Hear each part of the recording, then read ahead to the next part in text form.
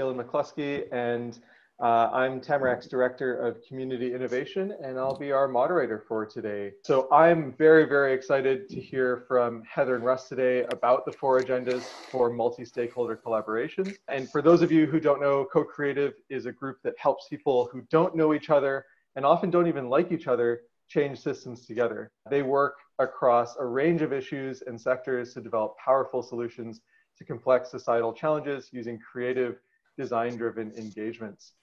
So with that, I'm going to turn it over to Heather and Russ, who will share their thoughts and perspectives, and then we'll have some time for questions and answers at the end. So if you have questions throughout, make sure you're capturing them and sending them over. We'll have some chance to dive into them after the presentation by Heather and Russ. So welcome, Heather and Russ. Thanks for joining us. Thanks, Galen. Hi, everyone. This is Heather Equinoss, and I'm excited to be on the call today with you all. So we have about 25 minutes or so worth of content that we just wanted to share about the 4 agendas, which we think of as sort of a relatively simple framework for leading collaboration, leading multi-stakeholder change initiatives. And so we wanted to give you a little bit of a preview of that. As Galen said, you know, we work with a lot of different stakeholders. Sometimes they don't know each other and sometimes they don't like each other, but ultimately they are interested in sort of solving complex issues together. And so we've been pulling from across a number of fields and domains to put together a process model, approaches, and using various tools and techniques to support people to do that sort of good collaborative work together. And we do it across a lot of different industries. We do it also within place-based communities. So we have experience, you know, working sort of state level initiatives, community, city level initiatives, but then also across industries, working more at a national and international scale as well.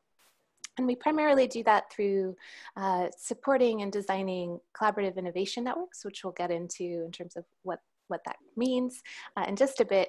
And we also do it through training that we offer and developing support systems for leaders who are leading this kind of multi-stakeholder, multi-sectoral change. A little bit about what we want to cover today. We want to introduce CALM, which is this 4 agendas framework that has emerged from our work. It's a very simple framework for thinking about key elements that need to be present or addressed or attended to as we support people coming together across various boundaries, whether those boundaries are cultural, political, sectoral, organizational, doesn't really matter. We'll preview those 4 agendas, talk a little bit about each one, and then Heather will share some examples.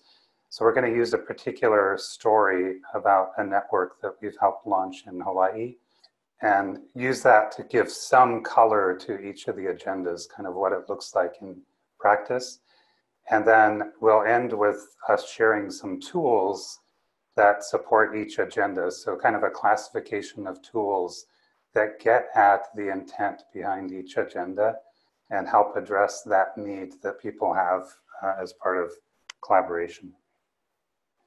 So what is collaborative innovation? It's a term that we've kind of adopted, and one of the reasons we adopted this term is because often when people think about innovation, like community innovation,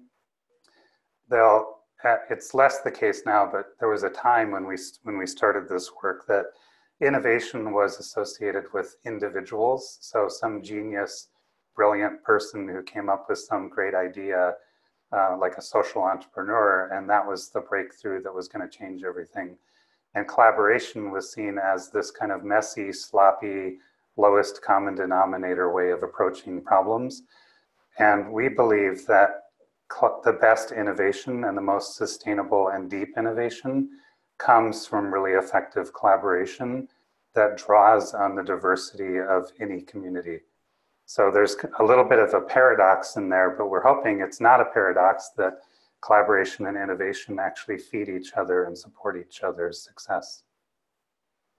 So when we talk about collaborative innovation, it's an approach. So Heather mentioned a process model, which we're happy to share if we have time, but it's also on our website.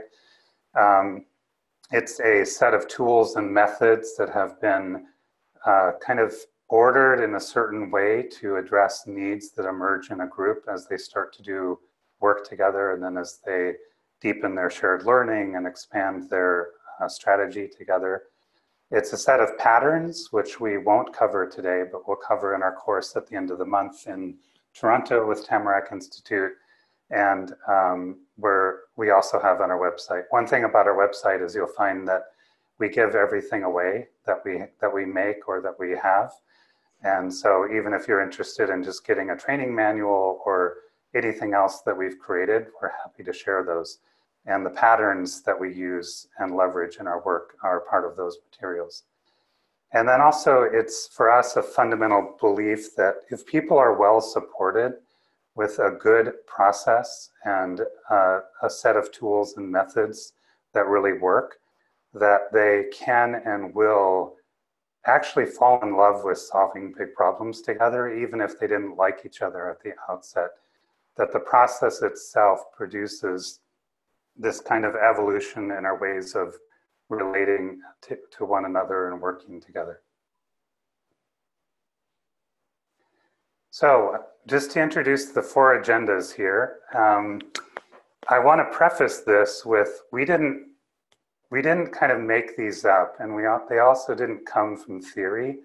They emerged from our practice because we were realizing that if we neglected certain things in the work, groups didn't work together as effectively. And so we started to identify what are those core elements, those core agendas that we need to attend to help whole people show up in the work. And part of our philosophy is if we're going to change complex whole systems, we need to engage whole human beings. So part of that engagement is through connecting. So building connections, connecting people together in trusting relationships that span the boundaries that often separate us in our work together. Second agenda is about aligning.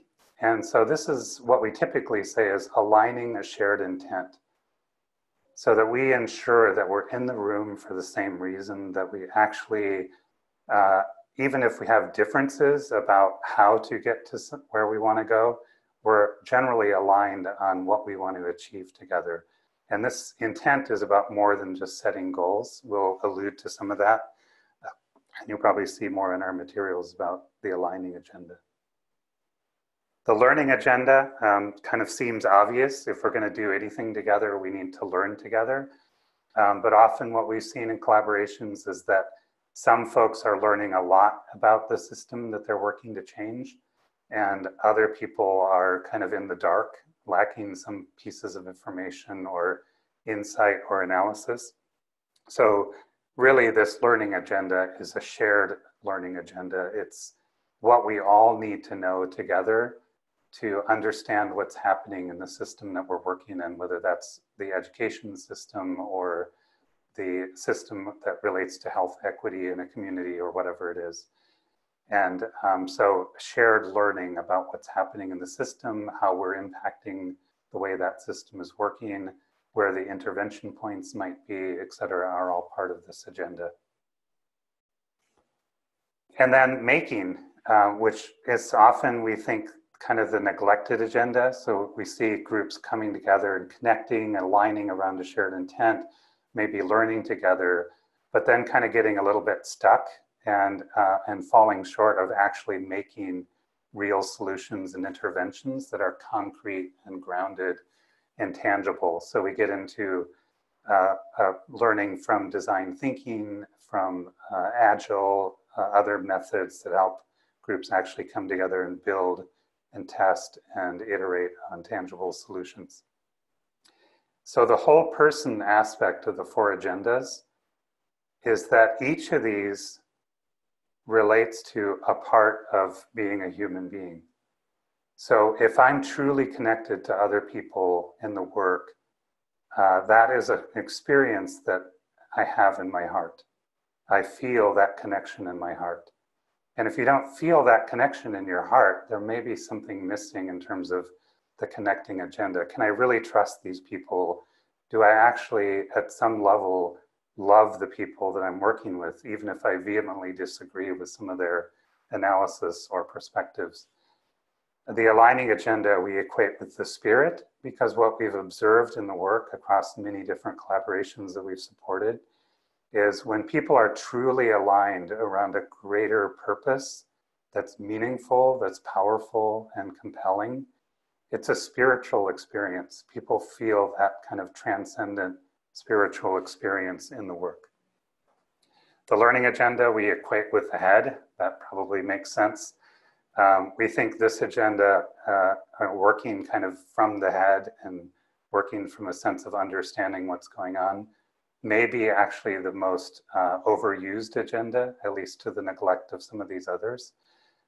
We think that if we just all kind of rationally understand what's happening, that we're magically going to organize ourselves and change the way the system is working. But it's an important agenda. It's one that we want to also put in the context of the other three agendas.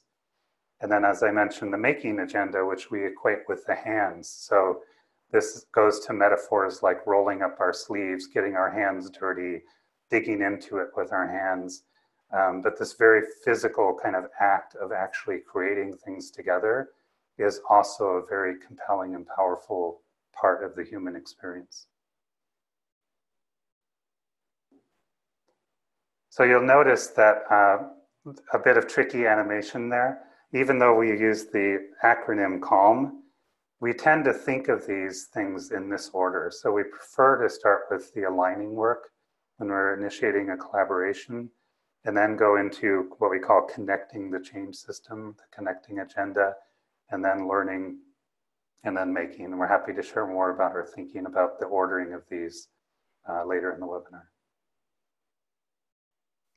Great, so I'm going to walk through an example of how these 4 agendas have been leveraged in a particular network that we support called Nakama a Haloa. Next slide. Thank you. So Nakama is a network that we support in Hawaii, and it translates to the children of Haloa. And Haloa is sort of the first Native Hawaiian ancestor and came from the taro plant, which is what you see on the screen there. So Nakama Haloa is a network, a multi-stakeholder collaboration that has a shared goal around Native Hawaiian youth that are affected by the foster care system. Their goal is to ensure that every Native Hawaiian youth that is affected by the foster care system has a lasting network of relationships that they can sustain and that can sustain them. So it's really about relational permanency for Native Hawaiian young people that are in the foster care system. So I'm going to walk through what an initial launch meeting of that network looked like and how the different agendas showed up in that meeting. So in terms of the connecting agenda, first, we really think about how we can intentionally set the space to really build good connection and collaboration. And so the space that we used for that particular launch meeting is, hopefully if you're viewing, you can see that it's this beautiful round space. It's pretty unusual in terms of the atmosphere.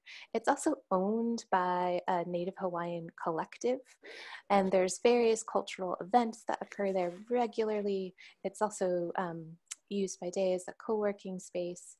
It's somewhat interesting in that there's no shoes allowed in the space, so everyone has to kick off their shoes or flip-flops before they enter the room. So there's sort of like this ceremonial sense of just being in that space. It's relatively relaxed, even by Hawaii standards. So we think a lot about what kind of space people are going to be walking into that's going to create a sense of connection and support folks to build relationships. And so this space really fit the bill. Next up, we think about the people. So this is a picture of the design team that supports the Nakama Haloa work. So in our networks, we have backbone organizations. Some of the folks that you see in this picture are from that backbone organization. In this case, it's an NGO that sort of sits at the space between child welfare services and families and resource caregivers. So they're sort of like in the gap and acutely feel the pain that comes when young people do not have relational permanency in their lives, and when they're part of the foster care system.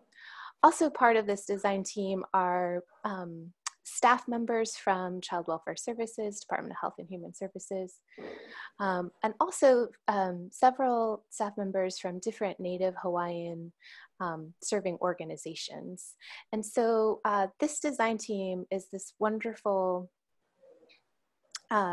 compilation of different parts of the system that we know need to be knitted together in order to create the kind of change we're looking for Native Hawaiian youth. And so this design team, I'll go into it deeper in the slide deck, but they've been doing about 4 months of work together before they've come to this space and invited additional network members to be part of this particular collaboration. In terms of connecting the participants that came to this convening, there were about 30 folks, and one of the questions that we had for people in the morning was to please share your highest hopes for our work together. And so this is a way we intentionally designed sort of questions to support people to get to core values that they have or aspirations that they have for our work together to, again, connect us at that heart level. So the next agenda that we wanted to talk through was aligning around a shared intent. And so I wanted to give a few examples of how that showed up in this particular convening. So at the start of the session, you know, we work hard to make sure that we're all aligned around the purpose of why it is that we're, what we're going to be doing together over the next, in this case, day and a half. And so you can see here, we sort of validated that this is the purpose of our work together, which was to connect around our shared values, shared intent for this work, and also a set of priority initiatives that we would be designing together to really advance that relational permanency that we wanted to see for Native Hawaiian youth in the foster care system. We also aligned around very specific session outcomes that correspond to the 4 agendas. So we make explicit that we do have desired outcomes related to each of those agendas, the connecting agenda, aligning, learning, and making. And so these are the things that we're testing with folks and asking, are you willing to work together and with us to achieve these specific outcomes? So another part of our aligning agenda is aligning around a working goal. So before we've even gotten in the room together, the design team has gone out and done, in this case, it was about 40 interviews with different system leaders, content experts, but also context experts, people with lived experience that are part of the foster care system, and tested a draft working goal with these folks before we got in the room. Made many modifications to the working goal, or some, and tested a version 1 of a working goal, and got feedback on that, did a second iteration, and so what you see on the screen is the working goal version 2, which we then tested again during the session, and you can see the additions that were made to it.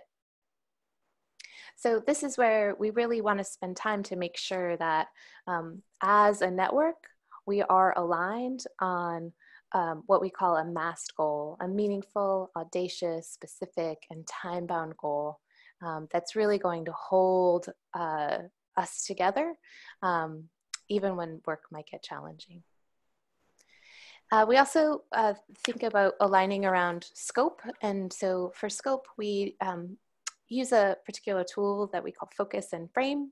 And so this is really about articulating what's the focus or in scope our work together. And so you can see here, it was really clear that we were focused on Native Hawaiian children and youth in the foster care system, and around relational permanency. And there are additional things that are still in frame as we pursue this particular focus. And ideally, whatever solutions we're creating to support the folks that are in focus to us are ideally benefiting folks that are in frame. But at least we're making sure that there's not going to be some inadvertent sort of negative implications or consequences for what sort of like all Native Hawaiian children or all children and youth in the foster care system by the solutions that we're designing for what's in focus for us. So in terms of learning about the system, just a few slides here on the way in which we sort of unpack what we've learned about the sort of landscape. So next slide, please. So before, as I mentioned, this network was even convened, that design team went out and did all of those interviews with system leaders and context experts as well, and themed those insights from those interviews and brought them into the room together. So we could sort of walk through it and unpack it together. And so what you see on the poster on the screen are a number of insights. Some of it's color-coded in terms of we've identified various challenges that are part of that system, as well as what's working, as well as opportunities. And then also interspersed in those insights are direct quotes that largely came from young people or bio parents that have had their children removed, or resource caregivers, foster care families, and their direct experiences that relate to these themes that have emerged through system leader conversations as well.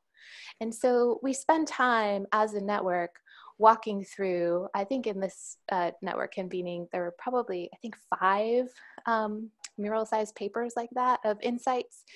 And next slide, we also add to them. So the point here is that, you know, it's often the case that when folks arrive to a network, they're holders of some of the knowledge, but not all of the knowledge. And so this is a moment where we get to sort of unpack and make sense of the system together and contribute additional, what you see on the Post-it notes are additional insights that emerged from the network members themselves. So we build out a more complete holistic picture of what's happening in the dynamics in any given system.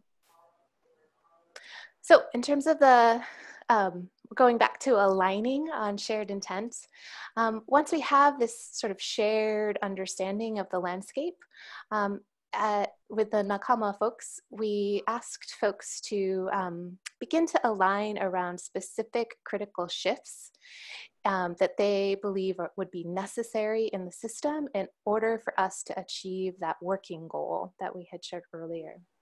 And so when we think about critical shifts, it's really a pretty simple 2-part statement. The first part is about what's the way things are working now in some particular part of the system, and what that piece of the system would look like in our desired future state. So we have a process by which we support people to generate, sort of diverge in their thinking about developing critical shifts, and then also start to converge in their thinking about critical shifts. And so the next slide has the first pass at the critical shifts that the Nakama Ahaloa network aligned around. Side note, that their work has continued. This was probably a year and a half ago now. And so they've narrowed further, and they're really focused on 4 specific critical shifts in order to achieve their goal at this point in time. So the next agenda we wanted to just share a few examples of from this particular convening is around the making agenda. So making specific solutions. So once members of this network aligned on those top critical shifts. Next slide. We walk through a process of generating many different ideas for solutions. So again, I know we're not going deep into the patterns, but we consistently use this divergence and convergence pattern where we really support people to diverge in their thinking, generate many different possible solutions, and then start to prioritize and converge into a set of top ideas, which we then support folks to develop further out into concepts. And so we have various tools, as Russ mentioned. One of them is a concept worksheet, and that's what you see folks here starting to complete. And so it's really asking folks like, how does this idea work? Who might be necessary partners? What kind of resources are necessary? What are the biggest challenges? How might we overcome them? So starting to get more concrete with specific solutions. And then from there, next slide, we support there's a feedback, people get feedback on their concepts, right? So the most promising after that sort of vetting process, move into a state of prototyping. And so here's just a few examples of what some of the prototypes look like that emerged from the Nakama network. So you can see here, some of it was around training, some of it was around staffing, and some of it was around system redesign. So I want to note there was a question from Heather about the process we use to identify critical shifts. And there are a few different processes, but one of our favorites is, I might call it 2x4x8.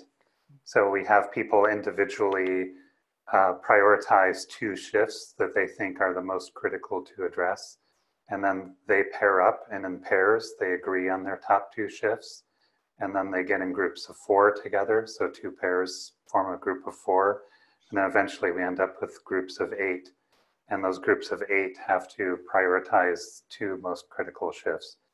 So sometimes we use that, sometimes we use just dot voting, and we're not trying to get it exactly right. All the stuff that Heather just mentioned happened in one launch meeting for this network. So it's really kind of a first rough pass.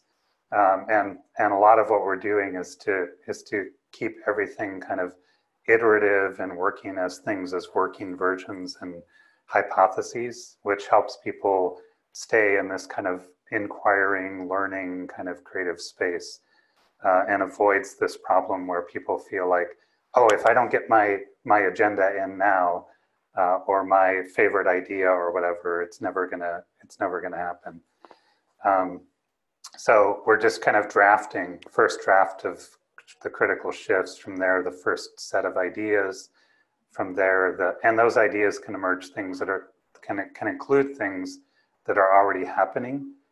So an idea doesn't have to be new. It could be scaling some solution that's already working on one island, but it hasn't been brought to the other islands in this story.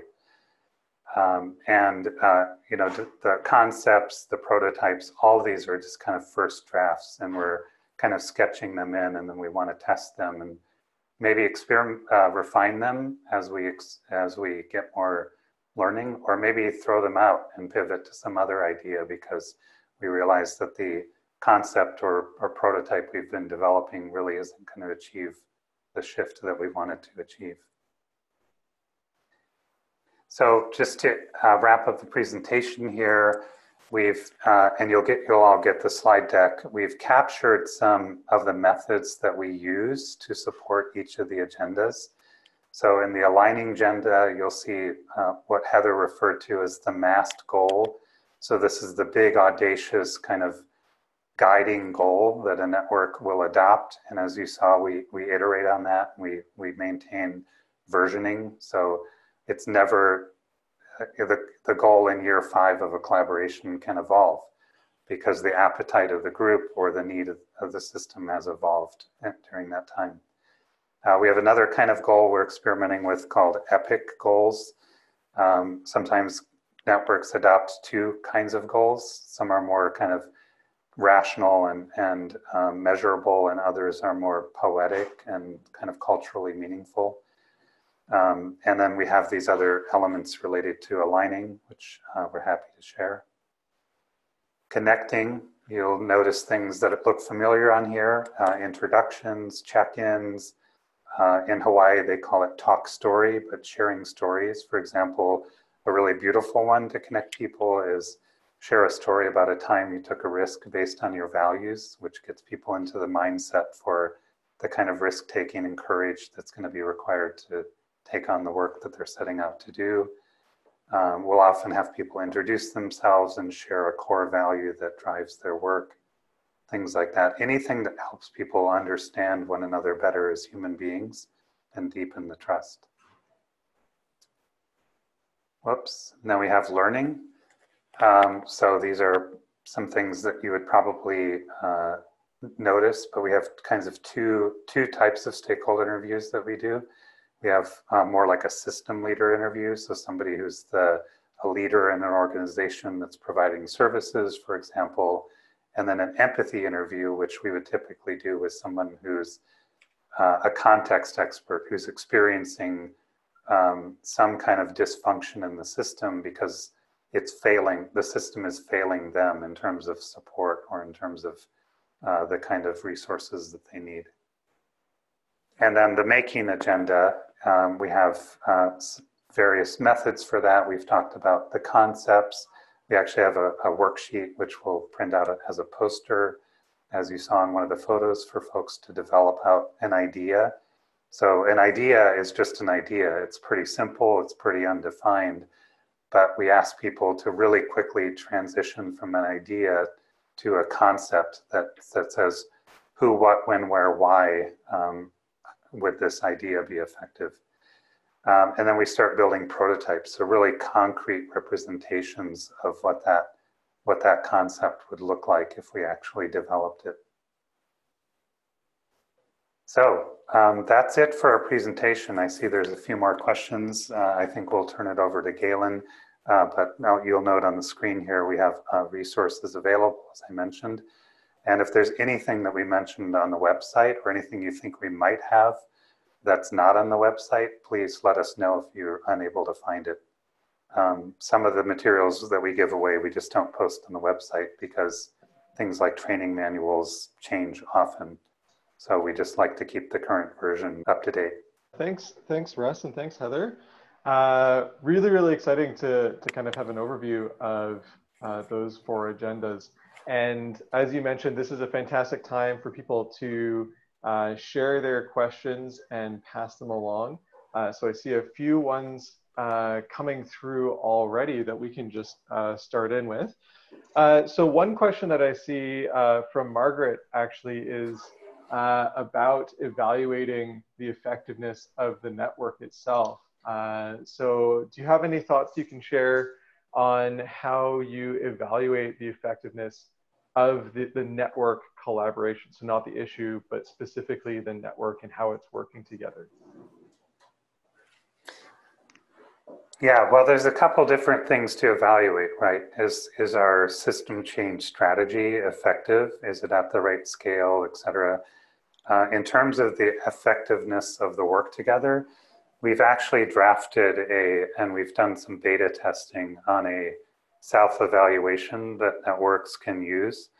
Not network leaders, but we actually encourage all the members of a network or a collaborative to both respond to the assessment and to make sense of the results together.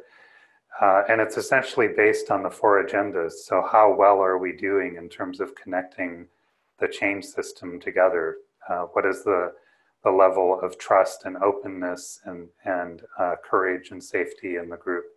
Do we have the right people to do the work that we've set out to do? Because part of connecting an effective change system is making sure that we've got the right people in the room to do the work.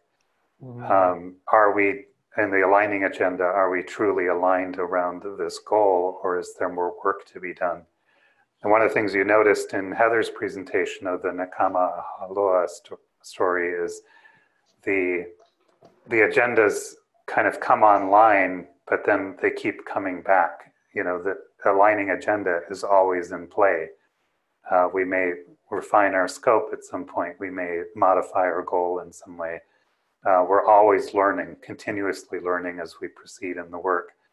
We have networks that have, one network started in 2002, and every network meeting, they're still sharing new learning. And that's obviously a network that's now kind of self-organizing, and they're doing much different work than they were when they started, what was that, 17, 18 years ago. But I would also offer up that there's one network that we support in the Portland, Oregon, Tri-County region called Already, and they've done some really interesting work on evaluating the effectiveness of their network, and they've been doing surveying. They did an initial evaluation after the first launch meeting, and the last two network meetings as well. And so they've been using a particular tool that they've designed that's pretty robust as well. So if you're interested in that tool, we'd be happy to get you connected with Already. I'm sure they'd be happy to share that particular tool.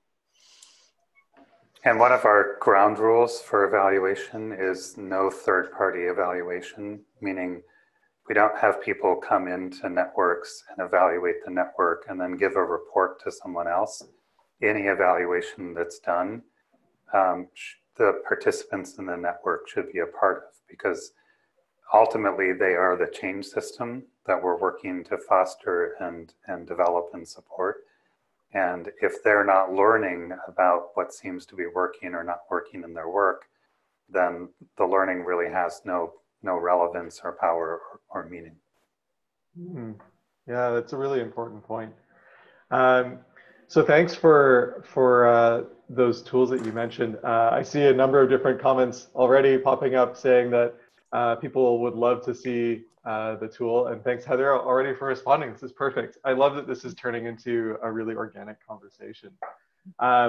So another question that I saw come through was a question around the process for the 4 agendas, whether they can be separated into separate meetings and how much time to kind of give to that.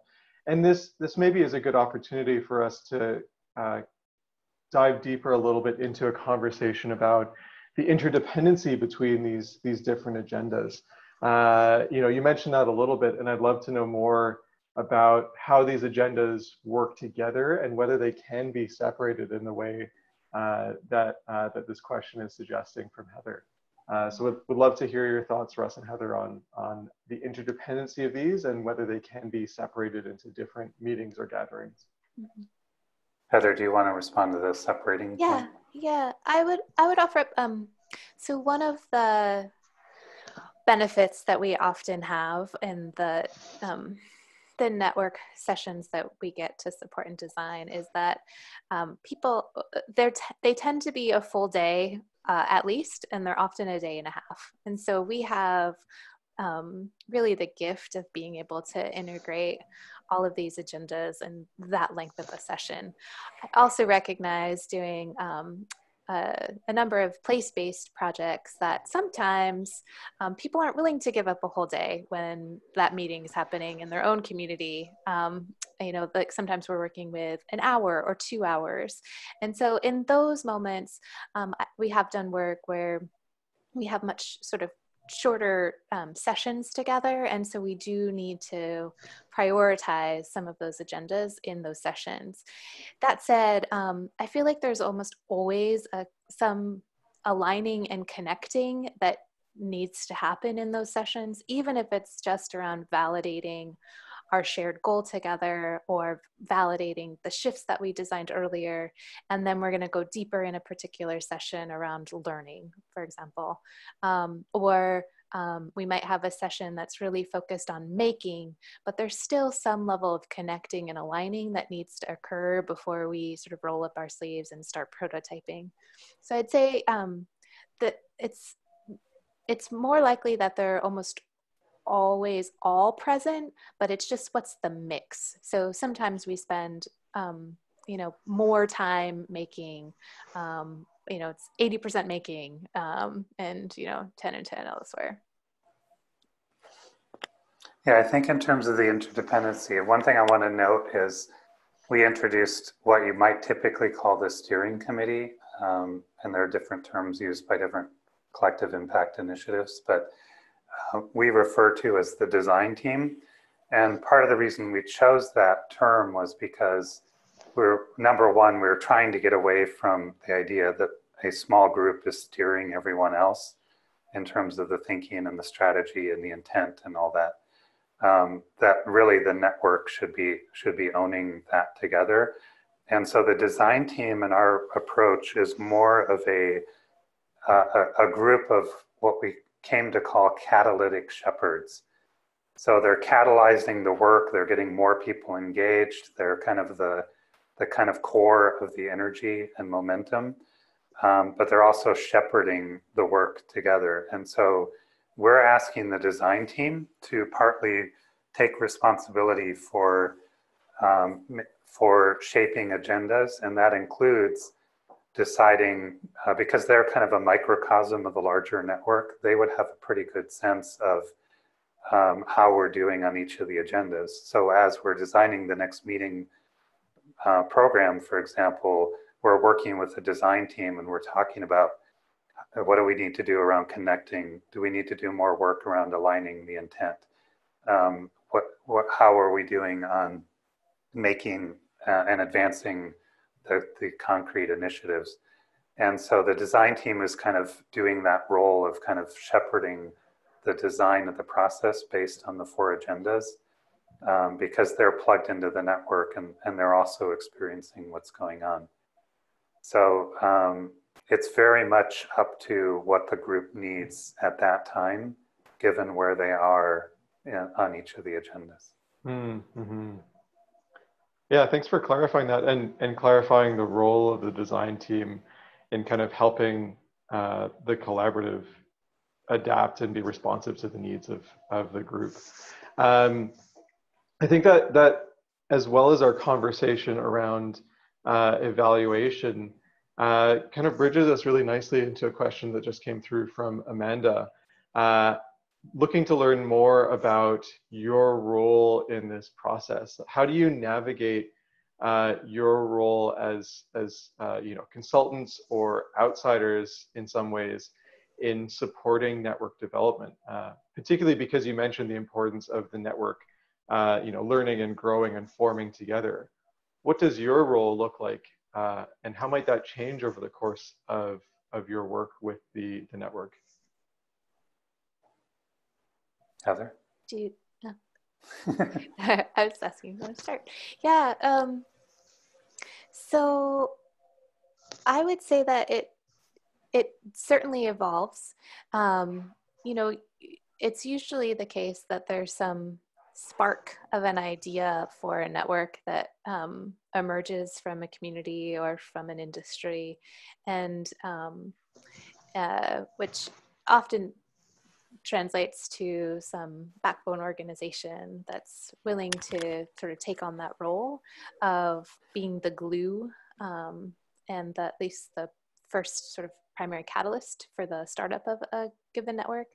And that's usually our primary partner that we begin to collaborate with and support them to think through the design and startup of a particular network.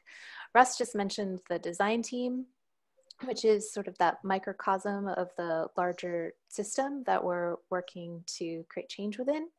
And so that group of people is then become sort of our, the folks that we offer sort of most consultation and support to as they go out and begin to learn more deeply about the system. And so in many ways, we're sort of supporting the sort of capacity on the ground, and learning alongside of them. And so our role sort of is different in different networks. Some networks want to utilize some support and sort of going out and starting to do some system leader interviews or empathy interviews with context experts. And so we'll sort of walk side by side, the design team and backbone team members as they start up and sort of launch a network in that way. And then we also offer process design consultation when it comes to those launch sessions or any of those network meetings. Early on in the life of a network, we're often in a larger facilitation role in some of those sessions. But then even at initial launch meetings though, design team members have roles as well as backbone staff have roles in terms of facilitation during those sessions. And so I would say, you know, it's often the case that pretty quickly we're starting to transition our way out of networks, especially the facilitation part of networks. And the staff on the ground are playing a larger and larger role. Mm-hmm. Yeah, I would add our entire intent is to build a powerful change system that's going to keep going forward. And so we're, from the beginning, working to kind of decenter ourselves in the work. And we recognize that we're often bringing a difference, sometimes the difference is just that we're not from that community. And so we can hold this space in a somewhat different way than someone from the community, for example. But we eventually want that difference to be integrated into the change system locally, so that someone else can hold this space effectively, you know, to create the safety, to create the creative kind of space that we need. Yeah. And that bridges nicely into a question from Katie, which is actually looking at the readiness of collaborators in the network. You know, because your intent is to kind of build this powerful change system that we're, you know, part of that process is people in the system growing and learning together. How do you create a space where at the beginning people can kind of get ready to collaborate? Because I'm guessing that people come into the network or the collaboration with very different places that they're coming from, very different kind of experiences with working in a collaborative way. So I'm curious if there's anything you do around building readiness around collaboration. Well, the interview process that Heather mentioned is really key to that.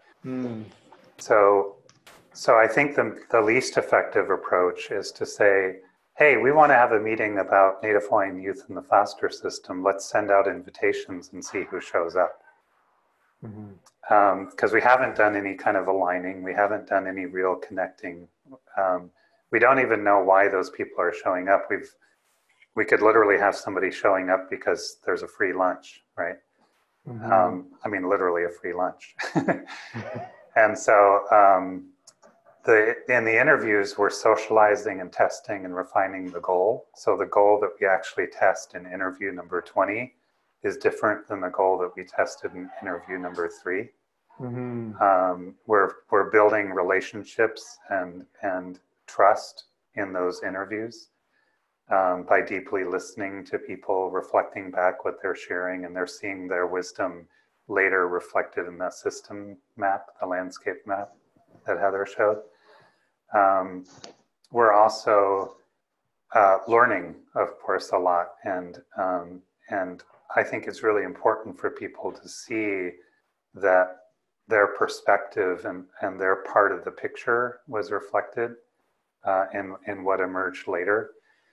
But then also in the first meeting, we're of course doing all this connecting stuff, like having people share their values, having people tell stories from their lives, maybe having people name and honor an ancestor that they're bringing into the room to help guide their participation in the network. Depending on the cultural context, things like that are really beautiful ways to start connecting people early on. But I think a lot of the work has to happen, not a lot, but a good chunk of the work of connecting and aligning should happen before people get in the room. Mm-hmm. And that includes who's in the room. So if people are ready to work on the goal that we've been socializing and testing, then we want them in the room. If they are opposed to it, maybe we want them in the room, but later. Mm-hmm. We think it's really important to be very intentional about designing a change system that's ready to move forward. And the people who are not ready or resistant, we can engage, but it's not really usually effective to engage them right up front. Gotcha. Thank you. That's really good context on the importance of building those relationships before we get in the room the first time. And I think stands out as something that is a really unique part of your approach, which segues really nicely into the last question we'll have a chance to discuss, which is from Lori. And the question is, what would you consider to be the key innovation of your approach to intersectoral collaboration? And I think for me, what stands out about this is, what makes your approach different or unique in terms of how you work to support collaborative innovation? To me, it's that it's, so I don't think we've, well, to me, it's a mashup of lots of different approaches that exist in the field already.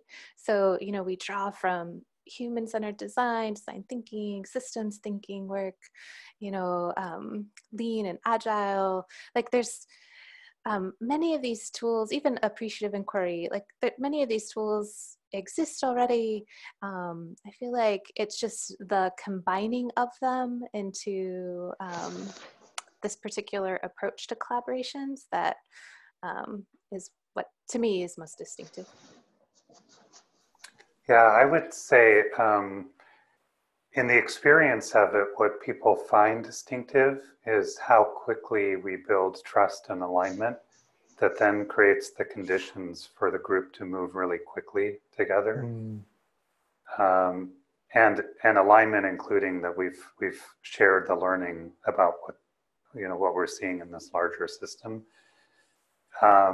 And a lot of things that we're doing around the 4 agendas are things that create the conditions where power dynamics kind of get addressed.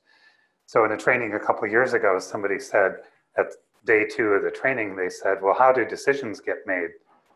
And I said, I don't know. And it wasn't that, it was that decisions were clearly made, but they were made by the group as part of the process.